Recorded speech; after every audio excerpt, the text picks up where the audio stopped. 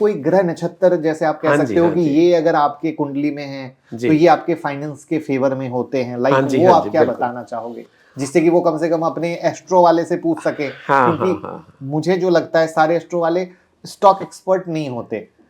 हाँ, पर सही है, वो स्टॉक एक्सपर्ट नहीं होते, पर वो अगर वो कुंडली के एक्सपर्ट हैं और ये जो भी जो है अपना कुंडली लेके जाएगा और बताएगा कि मैं फाइनेंस से रिलेटेड डिसीजन लेना है मेरे को, मैं स्टॉक मार्केट में जाना चाह रहा हूँ, तो वो उसके देख के बता सकते हैं। वो क्या-क्या देखेंगे उसमें कुछ ऐसे जो हाँ, मैं वो जैसे चाह रहा हूँ कुछ एक हाँ, चीज अगर वो नोट कर लेंगे ना, हाँ, तो हाँ, वो हाँ। अपने जिनके पास भी जा रहे हैं उनसे ये पूछेंगे कि ये मेरी सेटिंग बिल्कुल, एटलीस्ट है बिल्कुल, कि नहीं बिल्कुल, है, एकदम सही कह वो रहे आप हैं। बता सकते हाँ, हो।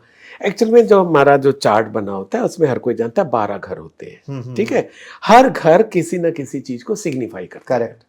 अब सबसे पहले अगर हम देखें घर नंबर 2, जो सेकंड हाउस होता है, वो उनका पॉजिटिव होना चाहिए। अब उसमें कौन-कौन से साथ में प्लैनेट्स बैठे हुए हैं, वो उस डिटेल में हम लोग नहीं जाएँगे, पर सेकंड हाउस उसका पॉजिटिव होना चाहिए। Second house stand for money. Okay. ठीक है?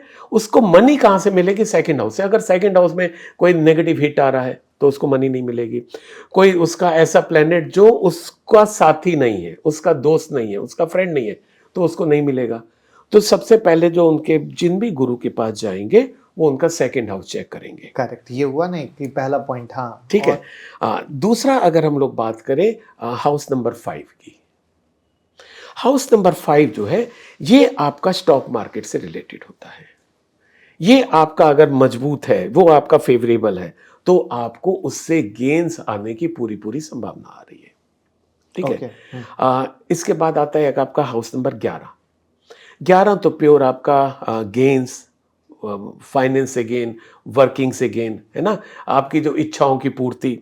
अब आप स्टॉक मार्केट में किस लिए जा रहे हैं? आपकी इच्छा पैसा पूर्ति हो, कमाने। पैसा कमाना हो।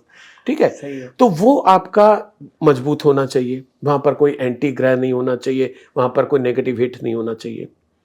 ये सब चीज़ें तो हो गई, पर उसके साथ-साथ आपका लक बहुत काम करता है।